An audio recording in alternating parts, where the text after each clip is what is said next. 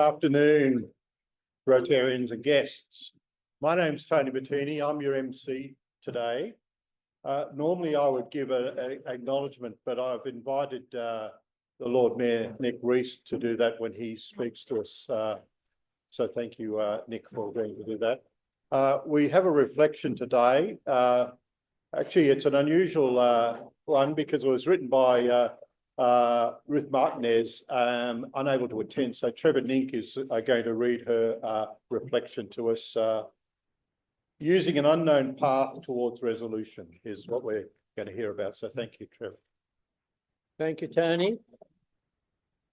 Recent times have shown a shift in global political power, and an example is the Israeli-Gaza ceasefire.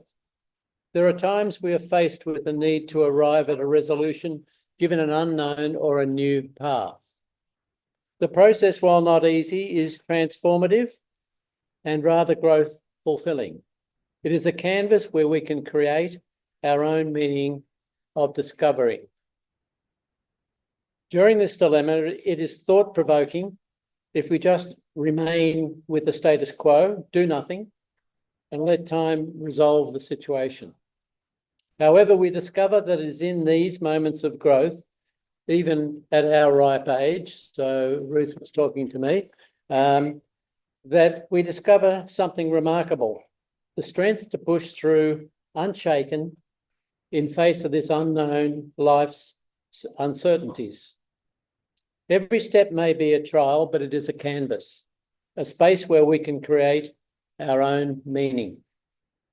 We find that our worth is not defined by who stays or who goes, but by the courage we display in delving into the unknown, a clear testament to our capacity towards transformation.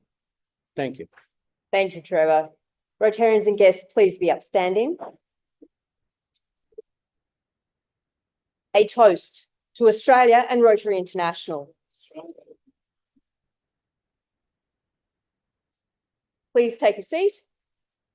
For those that are on Zoom, we'll be going into breakout rooms, and for the rest of us, we'll be having lunch until around about 1:10. Members, visitors and guests, it is my great pleasure to welcome you to our 28th meeting of this Rotary year. I can't believe we're in February. And our 5,065th meeting in our 104th year. It's wonderful to see you all here today, both those in the room and those online. We're delighted to have our guest speaker today, our Lord Mayor, Nicholas Rees. So thank you for coming, Lord Mayor. Nick will deliver the annual State of the City address and has accepted the offer of honorary membership to this club. It's a long-held tradition.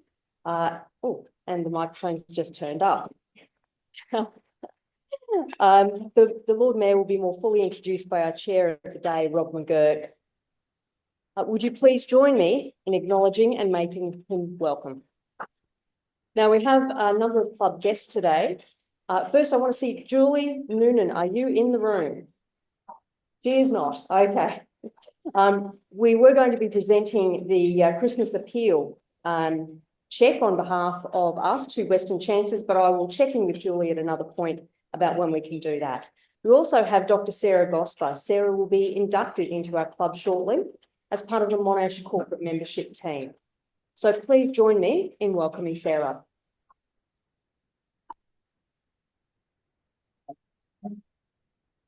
Now, today we have a rather long list of visiting guests, both Rotarians from other clubs and guests of Rotarians. So what I would ask you to do is, as I read your name out, could you please stand, and we'll do one round of applause at the end. Okay, so we have David Fernie from Rotary Club of Pakenham, Jenny Foster from Rotary Club of Changemakers, Virj Patel, Uni Melbourne Rotaract, Rebecca Waters, Dorothy Minchin, Tom Minchin, Gab Pasuzi, Richard Marshall, Michael Bentley, David Scalzo, Samantha O'Shannessy, Fleur Maidment, John Kanagas, Mark Portars, Judith Parslow, Patricia von Machuska, David Isa, Theo Zobrafis, and Noel Wilson, and for those that I mispronounced your name, please forgive me, and a round of applause, please, for all of our visitors. Okay, and also visiting today, and I apologise, I've missed a section of the running sheet, so there's a few more people yet. Yes, so Peter Rogers, Jessie Harmon, past Rotary International Director and current Chair of the Rotary Foundation. Jessie, congratulations. She was awarded an AM at the recent Australia Day Honours, and congratulations on the recognition of all of your great service. Now, we also welcome our legendary District Governor, Michael Lapina. Sadly, Michael won't be serenading us today. And for those non-members, Michael is a very accomplished opera singer. Our Governor-elect, Peter Shepherd. Peter won't be serenading us today either. John Arnahingas, the President of the Athenaeum Club, today is a guest of Stephen Rando. Roland Jabor, Honorary Consul of the Kingdom of Morocco, representing the Australian Arab Chamber of Commerce, a guest of Will Abdo. Kamari Fernando, Senior Manager of the Centre for Multicultural Youth, hosted by Reg Smith. Rotarians Liz and John McCaskill, Judy Parslow from Rotary Green Line Planning Team, hosted by Peter Berg. So please, a final round of acknowledgement. Could I now invite Sarah Gosper to come forward for induction into membership of the club, and I also invite Sarah's sponsor, past President Adrian Nelson, to introduce her. So Adrian, over to you, please.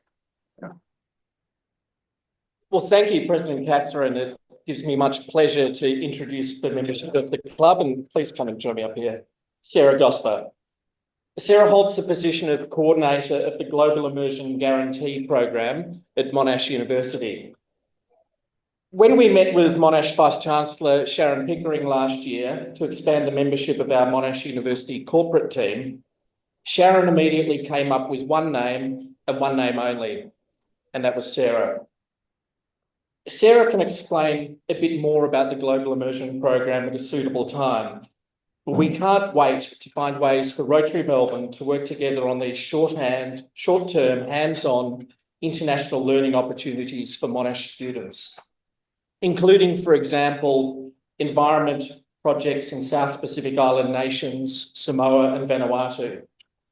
We are looking forward to Monash students working on our co-developed international Rotary projects, focusing on any number of our Rotary areas of focus, be it water, sanitation and hygiene, supporting the environment, economic and community development, basic education and literacy, disease prevention and treatment, maternal and child health, or peace building and conflict prevention. Sarah will have the classification of Universities Global Education, and she'll be a member of the Q North Melbourne group. Her mentor in the club will be Carol Bond, and she'll be known in the club as Sarah.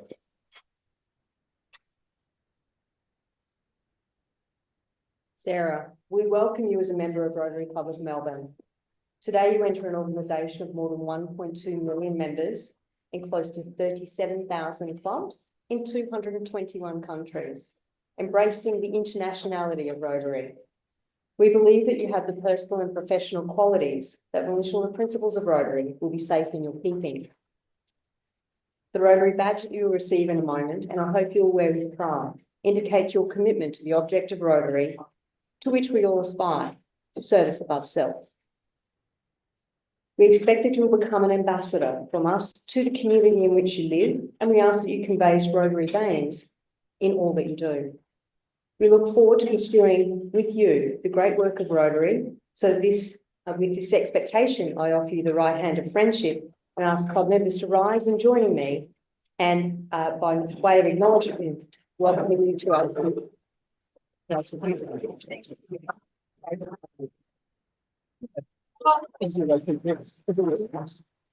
Sarah, I'll ask you to respond. Thank you very much, Catherine and Adrian. It is such an honour to be here and to have been inducted as a new member, so I'm feeling very proud. I'll just give you a very brief overview of the program that I run. It's called the Global Immersion Guarantee Program, and it's a program that's open to students who are in their first year of study at Monash University. Students from all degrees can participate in this program so long as they have space in their elective units. So it's a 2-week program that we run at the end of the year, and we run this program in now 10 different locations. So we've got locations in Fiji, Samoa, Vanuatu, China, Malaysia, Indonesia, India, and we've just reactivated our China program as well as Italy as well. So the focus of this program is the human impact on the environment, which is a very broad theme, and we narrow that to each country context. What we want from our very incredibly interdisciplinary group of students is to see what development, what sustainable development and what climate change looks like in different parts of the world, how that manifests, how people experience it, but also more importantly, how people are dealing with these challenges. Some of the solutions that people are coming up with on the ground are quite incredible. They're groundbreaking in a number of ways, and we want our students to see how they can contribute to that in the future. So we want them to go in and to listen and to learn first and foremost, and to try and bring some of those ideas back to Australia and continue on with them where possible. So over that 2 weeks, we have students who we partner with the local university. They get to work with local students, be it undergraduate students or postgraduate students. They have a series of presentations from academics, government representatives, the private sector, a whole number of different multilateral organizations, NGOs, and then we take them into the community where they have field site visits so they can see what's happening on the ground.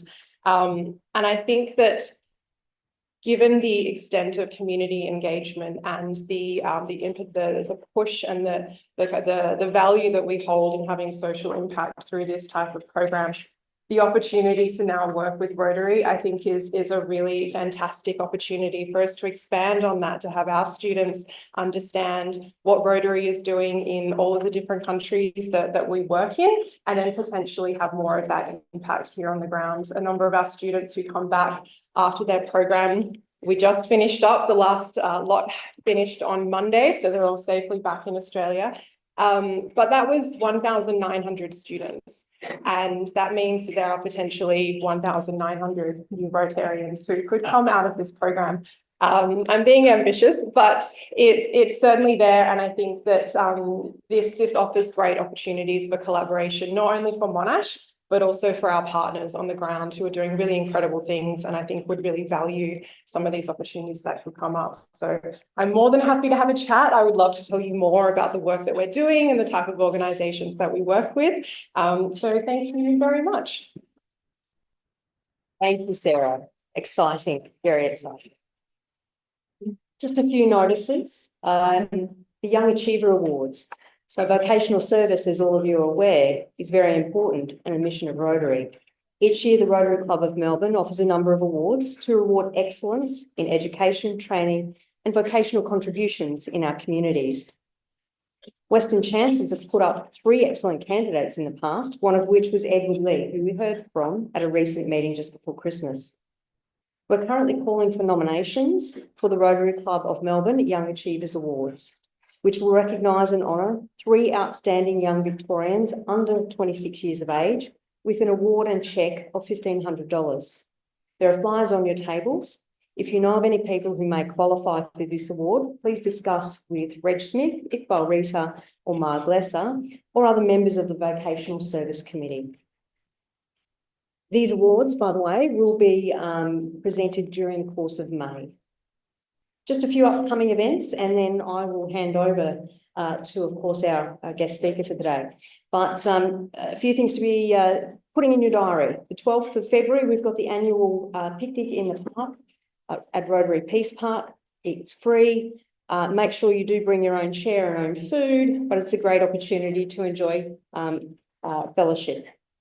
The 28th of February, the Arts Committee Architectural Walk, led by our club architect, Barbie Rondos. I can definitely recommend it. It is an amazing insight into the architecture in Melbourne.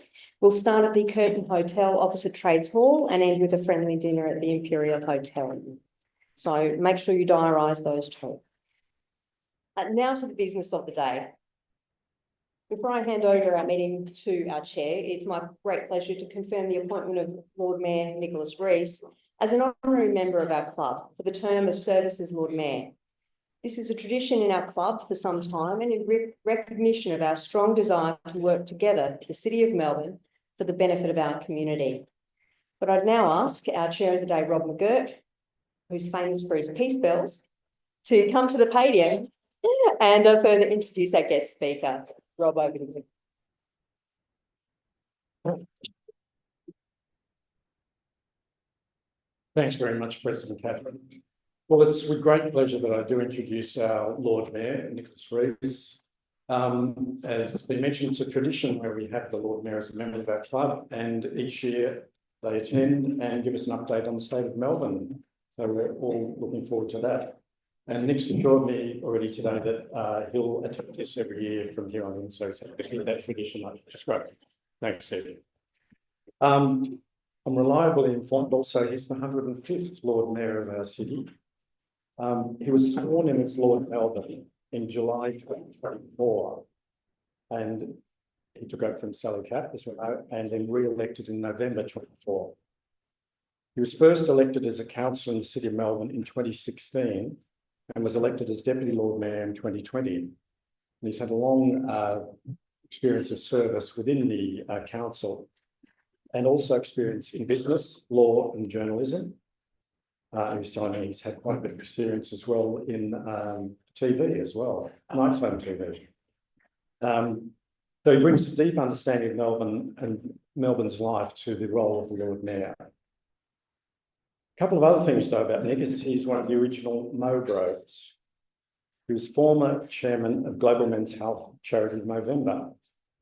That was founded in Melbourne, and almost 10 million people participated in this, and it's raised almost 1.5 billion for prostate cancer and men's mental health. So for over 10 years, Nicholas was a director of the street newspaper, The Big Issue. It's Australia's most successful social enterprise for homeless and vulnerable people. But he's got very good social credentials as well, which he brings to the role. He's been a senior executive at the University of Melbourne, and he's had considerable experience in government, having worked as the senior advisor to Prime Minister Julia Gillard and the Victorian Premier Steve Bracks and John Brumby. Nick currently lives in Carlton with his wife and 3 school-aged daughters.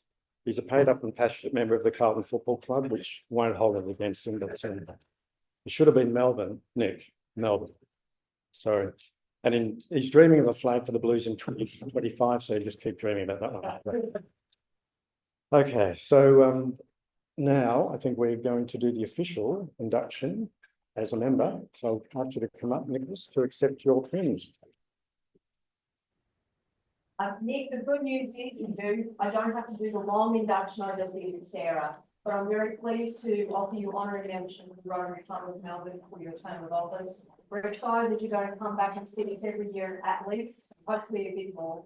Please accept his honorary member pin on behalf of Rotary Club of Melbourne and wear it with pride. Thank you very much, Catherine. Thank you. I'm assuming there were no objections when I went through the membership committee. And it's a real honour to accept the membership this time. Thank you very much. And now, the important business of the day, everyone's waiting with bated breath to hear from you. So I'll pass the microphone to you. Thank you. Congratulations, Nick. Well, thank you very much, President Catherine, and thank you for that very kind and generous introduction, Robert. Can I begin by saying my name is Nick Rees. Whenever I get called Nicholas, I feel like I'm in trouble with Mum, and I'm sure that's not what you want to convey to me here at this magnificent Rotary Club. I also realise that this address is an annual event and it's occurring a little later than usual. There was a small thing of an election in the City of Melbourne which got in the way. So I do thank you for all your patience on that front. And standing here today giving you the address on the state of our city, I must tell you I feel truly humbled to be standing in front of such a great collection of the good and the great of Melbourne. We are in a magnificent city, and we are really, at the end of the day, a collection of people. And it's the people that is the secret of this city. And so it's so good to see so many friends and colleagues from different parts of my life here today. Thank you so much. Also look out this window, and you want to know the state of the city. Or if you could lift the curtains a little bit, you would see how incredible it is looking. You look across the MCG, the Botanical Gardens, the Fitzroy Gardens. It really is a beautiful, beautiful city. I should also say, I think you come here regularly, but if you haven't been here before, you haven't had the opportunity, make sure you go to the loos. They do afford one of the best views you'll ever find from any lavatories anywhere in the world. In fact, I think it was Venus and Serena Williams who famously took a selfie in the toilets here. It was perfectly PG rated. Don't worry about that. So make sure you use the facilities while you're here today. It is a beautiful city, and of course, the traditional owners of this wonderful land are the Wurundjeri Woiwurrung people. And so let me say in their language to you, Wominjenka, Marambik Burundap, Wurundjeri Willam U, Liwik U Kulin, Yirambo Ba Yiramboy. Now that is an acknowledgement of the Kulin people, and I, as a Lord Mayor, are very proud of the fact that we have here in Australia the oldest continuous culture in the world. And of course, language is a very important part of culture. And so I make that special effort to do that acknowledgement in language. I'm conscious that this is the first time I've had the opportunity to speak to Rotary Melbourne. And it's hoping it's an invitation that I'll be able to take up each year as Lord Mayor, but we'll see how today goes. And so given it is my first time addressing you, I thought I would take the opportunity to just talk a little bit about myself and my story. So yes, I was sworn in as the 105th Lord Mayor of Melbourne in 2024 and then elected in November. I was joking with President Catherine about the gold chains that you wear in that induction ceremony. Catherine has a magnificent set of gold chains on today, but it's fair to say the City of Melbourne gold chains are something to behold. They're solid gold. There is $1.3 million worth of gold in those chains. I actually had to have a security guard accompany me for the whole day. It's like I'm carrying $1 million in cash around in a suitcase. But those chains reflect Melbourne in many ways. They're very historical, being there from our earliest days. And of course, Melbourne is a city that was built on the back of human endeavour, and it was the beneficiary of a great gold rush, one of the greatest the world has ever known. But it was a source of great pride of Melburnians that they had those chains made as a reflection of the ambition and the pride of that early colonial town in the Antipodes, let's face it, the arse end of the world, but the pride and the vision that they had for our city. And indeed, that sense of pride and optimism is certainly something I have for Melbourne. Like 1 in 3 people in Melbourne, I was born in another country. I immigrated here from London when I was a boy. Like just such a, I was going to say, typical immigrant story. My family came here looking for a better life. My dad worked for Ford Motor Company and then for Nissan at the plant down in Dandenong. And, I'm delighted to be able to say to you, my family story was a really positive one of, life getting better as we worked hard and built a family and a life here for us in Australia. My wife is Greek and actually went to primary school in Athens as a girl, and she's got that same migrant story as well. And we're very, very grateful for the opportunities that this city and this country has given us, and we never stop telling our children on a daily basis how grateful they should be for the opportunity that Melbourne and Australia gives them. We do live in Carlton, living our inner city dream. I mean, I grew up in the outer suburbs of Melbourne, out in the outer eastern suburbs.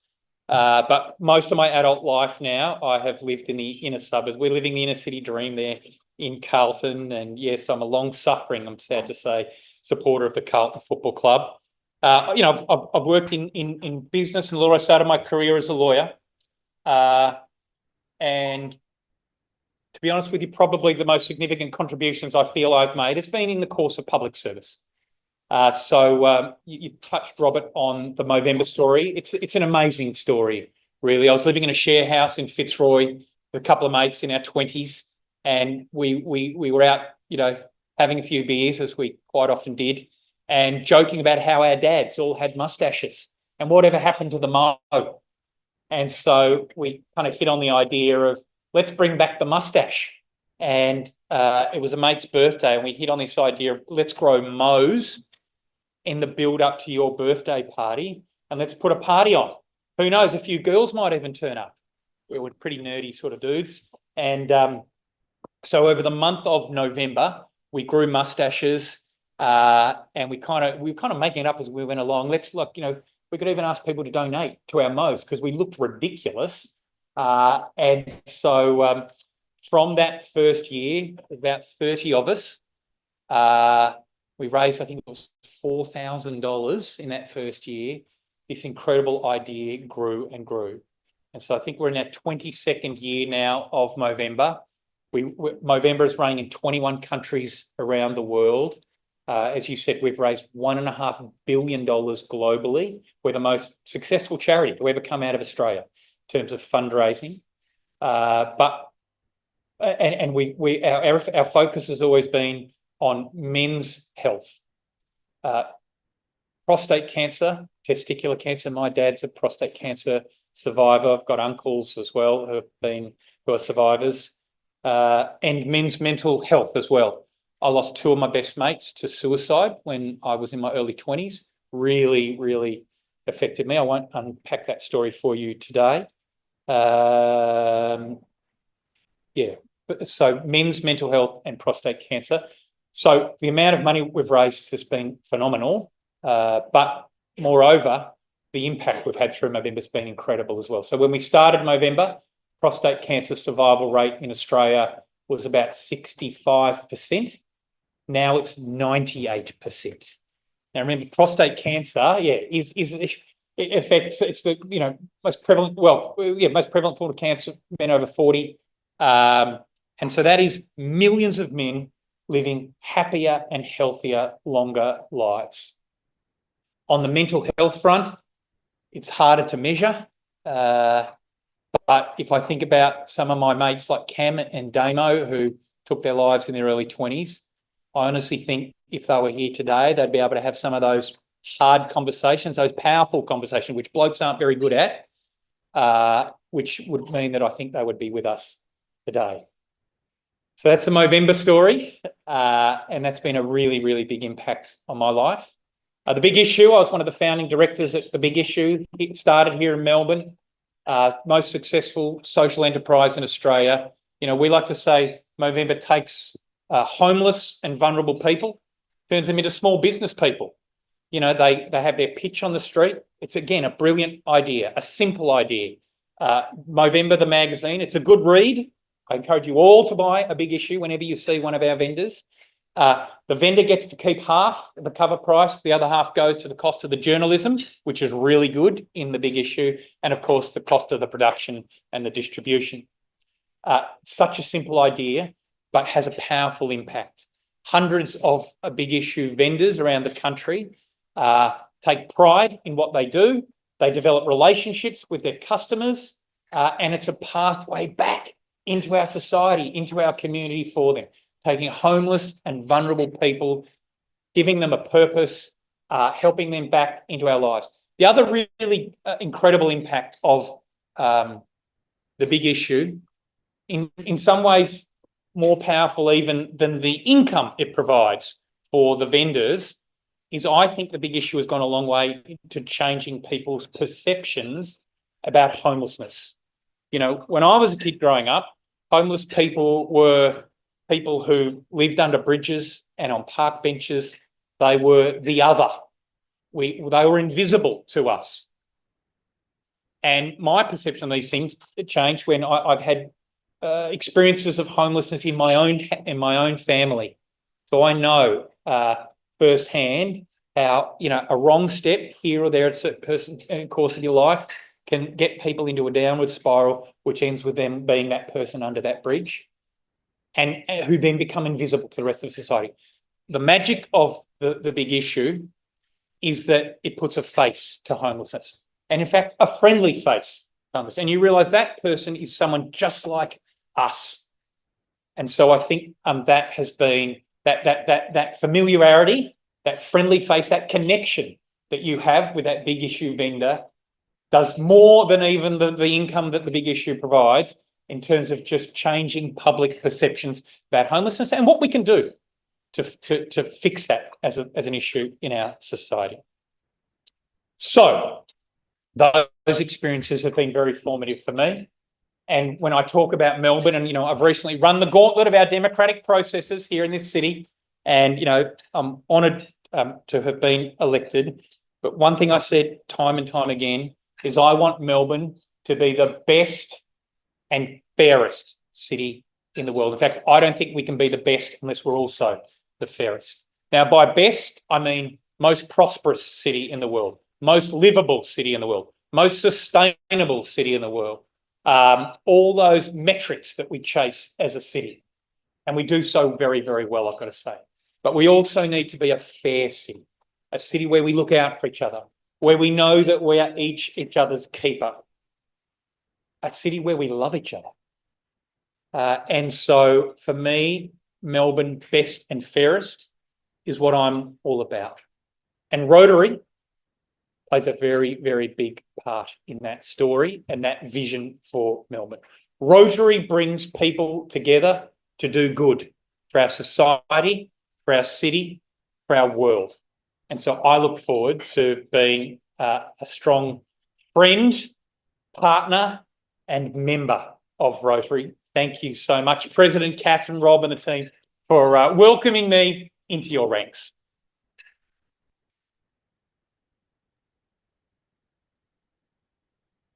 Now, when we talk about cities, you know, we talk about them as places often, you know, people often talk about cities in economic terms, you know, as places that produce economic output. And that is absolutely true. You know, cities have been these phenomenal instruments for creating wealth in our world. But they are also places that are magnets for human talent, the best and the brightest. They're also places where humans flourish, you know, where you can live a meaningful life, a life of dignity, a life of purpose. And so my vision for Melbourne is, again, this goes to this notion of best and fairest. I want us to be the most successful, prosperous city in the world, but I also want us to be a city where humans can flourish and live meaningful and successful and purposeful lives. Now, I'm not going to do the politician thing and go through that catalogue of, you know, commitments and promises and achievements, but I do just want to quickly touch on three things that I prioritised during the election. And when I'm back here in a year from now, you can hold me to account. The first was just around safety and cleanliness. And I said that was my most pressing priority as Lord Mayor of Melbourne. The truth is, we are a safe and a clean city by world standards, but we need to do better. And perceptions need to be improved as well. Last night we had our first Future Melbourne Committee meeting for the year, and I'm pleased to announce we've announced that we're going to be putting security guards on the street with our local laws officers to really put a new focus on public alcohol consumption, aggressive begging around the city, and just make sure that in a carefully calibrated way, we are making sure that our city is safe and clean. On the cleaning front, we've done a huge range of initiatives, including introducing a new cleaning fleet, new arrangements in place with asset owners around the city as well. I can touch on that in Q&A if there's interest. My biggest single commitment in terms of new expenditure over this coming term was around parks and gardens. So I'm old enough to remember when Victoria used to be known as the Garden State. I don't know if there's anyone who remembers Victoria, the Garden State. It was on our licence plates. Well, we may not be the Garden State anymore, at least it's not on our licence plates, but I want Melbourne to be a garden city. You know, our beautiful, beautiful parks and gardens are something that define us as our city. And I feel like they're an underrated asset, which people have almost forgotten about and don't properly appreciate this treasure that we have as a city. So the biggest commitment I made was for an expansion and an enhancement of our parks and gardens across the city, committed to building 28 new parks across the city. Many of them be pocket parks, new green strips, also committed to building, putting planter boxes on our streets around the city, create beautiful flourishes of flowers and colour, and building green spaces and providing those moments of serenity that you find, that oases around the city, and putting green walls in, green roofs on city buildings. That is the biggest single expenditure item that I've committed to for this term, making us a garden city, a beautiful city, which we can all be proud of. And then finally, I've made some major commitments about making sure that Melbourne has that vibrant city economy. And so I've put in place a city economy strategy, including things like chasing headquarters from emerging economies. You know, we have the biggest Indian diaspora in Australia. We have a very fast-growing and huge Chinese community. We love those communities. We're very, very proud of them. If you look at those emerging economies, those fast-growing economies, there's great opportunities here for us to attract headquarters to Melbourne. And so I want that to be a real target for us. We'll put in place a policy to light up Melbourne, light up those beautiful, glorious heritage buildings that we have around the city and make that a tourist attraction. You go to Regent Street in London, at night time, you know, people are flocking there for these night tours. We have the best collection of beautiful heritage buildings of any city in Australia by a mile. And we need to make more of those and even look at them through an economic lens as well. And I want to light up the laneways as well and make them an attraction. And then finally, put a bigger focus around major events and particularly activating the city during the winter months. You know, we do brilliantly well from September through to March, but then we struggle during those winter months. So how do we attract more people to our city during the winter months? I'm conscious of time and I want to leave time for questions and answers. So can I finish where I began by saying to you, it is truly the honour of my life to be serving as the Lord Mayor of Melbourne. I feel the weight of the role and the responsibility that comes with it. And my promise to you is that I'll work hard every single day to make Melbourne the best and fairest city in the world. Thank you so much. Is that okay? Yep. Thanks very much, Nick, for that talk. Really appreciate it. And was really pleased to hear you talking about engaging with the buildings and the beauty of it. Because of course we've got our walk, architectural walk, to showcase Melbourne. So we're doing our bit on that. And the greening and keeping people in the parks. Of course, we've got the Rotary Peace Bells and Peace Park, of course, which are drawing people into parks and gardens as well. So we're helping to fulfill your wishes as well, which is great. So we do have time for a few questions. And since I'm here, I've just got one quick question because I know there's some people here are interested in. We've just sort of been interested in what's happening with the Green Line in terms of, because that's a huge project, but we were just wondering how's it going with the change of Lord Mayor. Yeah, thanks for that, Rob. So look, I was Sally Capp's hardworking deputy and I'm a supporter of the Green Line project. It was hotly contested. I've got to tell you, through the city election, there was a number of candidates running against me who were promising to scrap the Green Line. And to be honest with you, I feel like many of them got caught up in, I don't know, some bizarre Melbourne version of the culture wars. You know, like it was as if the Green Line was a stalking horse to kind of attack Sally Capp. But what people were missing was the Green Line is actually a great project for Melbourne. Like, you know, what is the Green Line? It's a development of a promenade from the tennis centre to the Docklands, a 4-kilometre walk along the north bank of our river. Doing the same thing for the north of the river to what we did on the south bank 30 years ago that unlocks so much potential and activity along that south bank. You know, if you look on the north bank of the Yarra today, it's embarrassing, right? I wouldn't take a visitor to Melbourne there. It's a bit, you know, skanky and dangerous in some parts, I'm embarrassed to say to you.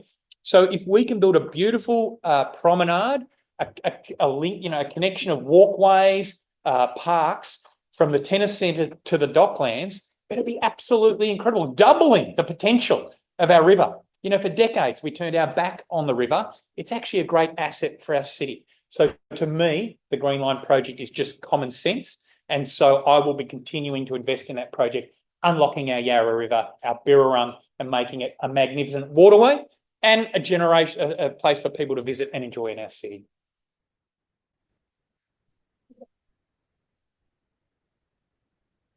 I think I was delighted to hear you talk about safety in Melbourne, because that is such a issue. When you walk in and you do not feel safe walking up Swanson Street sometimes. Yeah. The other thing I want to talk to you about, or ask you, is what will be done to make access to Melbourne by car easier? Because people who have cars have money to spend, and we want money spent inside the city. So if it's too hard to get in, or the parking is too onerous, people will not come. Can you talk about that? Yeah, very happy to. So look, on city safety, again, it was a contested issue in the recent city election. I said time and time again that no one was going harder on city safety than me.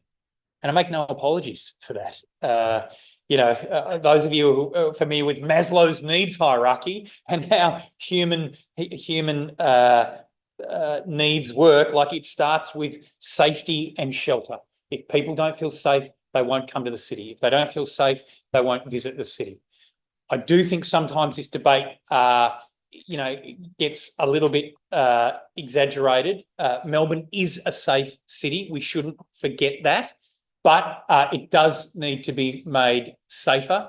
And certainly the crime statistics are unacceptable to me. And there's parts of the city which are currently in an unacceptable state to me. So one of the commitments I made was to introduce city safety officers in the city. This is pretty bold policy making. You need to know that. The idea is we would introduce, employed by the City of Melbourne, safety officers in uniform on the streets. Now, there are other cities around the world that do this. You know, you go to London, even in Perth now, they have these city safety officers. I'm going to put them on the street. So not only are Melburnians safe, but they feel safe through that strong safety presence. Also doing some initiatives to light up the city as well that I spoke of before. There's a strong safety dimension there. And look, there's a myriad of other measures, which I'm happy to talk to you afterwards about. But I want you to know that I want that to be city safety, be something that defines me as Lord Mayor. On the car front, again, another hotly debated issue, wasn't it? The bike lanes. I don't bring ideology to this debate. I'm all about optimisation. I know that sort of sounds quite boring, but you know, I'm all about how do we get the most number of people around Melbourne the most effectively. And so that doesn't mean making Melbourne a city which is inaccessible to people by car. You know, you can't escape the data. Melbourne is a city of 5.5 million people. Like, we're a big city, and there's about 200,000 people in the municipality of the City of Melbourne. But on a busy day, we have, you know, close to 1 million people in the central city. Now, many of them will come here by public transport, and that is the most effective way, the most efficient way of moving large numbers of people around a big city. But for many people, that's not going to be possible. You know, you live in parts of the city where you're just not well serviced by public transport. So for many people, using a motor vehicle is going to be the most practical way of getting into the city. And I, for one, am not about pulling up the drawbridge on the city's central city. People live in the suburbs or anywhere in Victoria who want to come here. But having said that, I also recognise that you know, and I'm not going to bullshit you on this front. Pardon my language. You know, the rollout of bike lanes is something that is going to continue in Melbourne. That will be done in a sensitive way.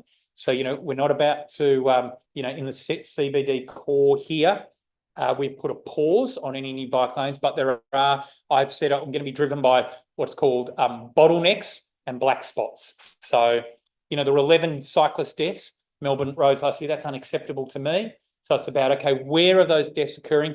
How do we make those parts of the road network safer for cyclists? Equally, you know, I think there's parts of the rollout of the bike lanes that we stuffed up as a city. And so where are those bottlenecks and where can we fix them? So I've made commitments around Exhibition Street, Sandridge Bridge down by Crown, and some other bottlenecks that need to be fixed. Again, it's not driven by ideology. It's not about these silly culture wars. It's about what works and how do we make Melbourne work better for everyone. Peter Bacon, congratulations. Thank you, Peter. I spoke to Scully a couple of years ago. This is my 60th year working in the city. And I think Scully 2 years ago, I've never seen it worse. Homelessness, rubbish, everything else. Nothing is improved. For me, I'm embarrassed to be driving up through the Kingsway, the weeds, signs not painted, broken signs everywhere. I'm coming from the train to Flinders Street station and walk down Flinders Street. Where I used to sit in 1969 on the lawns you talk about under the palm trees having lunch. It's just a dump. So, yes, everything looks lovely from up here, but all the things you've touched on, there's a lot needs to be done. And to finish on that, parking in Flinders Street 2 weeks ago, where it said the police this afternoon, going up to high-rise car park, here's someone robbing and breaking into cars. The police said, don't park in high-rise car parks in the city of Melbourne, because they're all getting knocked off. Then I go to one end of the border in Flinders Lane, and he's a drug-affected guy, chased the attendant into the office, and then attacked someone wanting to park. So I think you've got a huge job ahead. You've outlined it. I wish you all the best. I have, I'm here next year. I have a lot of explained up. Thank you for the question, Peter. So a couple of things there to unpack. I mean, look, I hope you get a sense from my address today, my pride in our city and my energy and my determination. The fact is, Melbourne has had some hard years. You know, we were the most lockdown city in the world. We got absolutely bushwhacked, and, you know, the city's not in the state I think I would like to see it in, and I think you share that view, Peter. I would differ in some respects from what you said. I do think the trajectory of Melbourne is positive. This is a city that does comebacks very well, better than any city in the world, I'll put it to you. You know, you go back to the 1990s, you know, again, those of us that are old enough to have been around, we got absolutely whacked as a city through that recession of the 1990s. But the decade that followed was one of the most exciting in the history of our city. I go back to the 1890s, to the Great Depression of the 1890s. Again, the city got absolutely whacked, but a glorious period followed. And I think that Melbourne will do it again. I think the second half of this decade, the 2020s, will be great years for Melbourne. Why do I say that? Because we've got brilliant bones as a city, and we've got brilliant people who live in the city. And if we come together and we are focused and we've got the right plan in place, there's nothing that can stop us. For me, I've told you what my priority is going to be: city cleanliness, city safety, celebrating those parks and gardens, that elegance, that beauty we have in the city, which makes us a magnet for people around the world. Also focusing on that economy as well, getting us humming, making us that prosperous, flourishing city. So don't be too down, Peter. We do comebacks better than any city in the world, and we're going to do it again.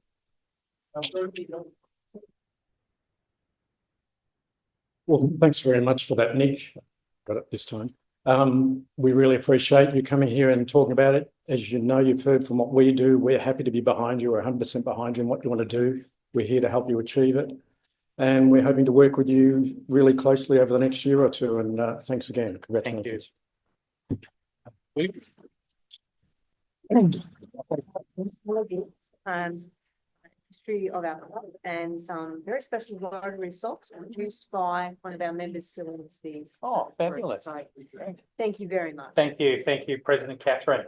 Thank you, Nick. Thank you for attending today, everyone.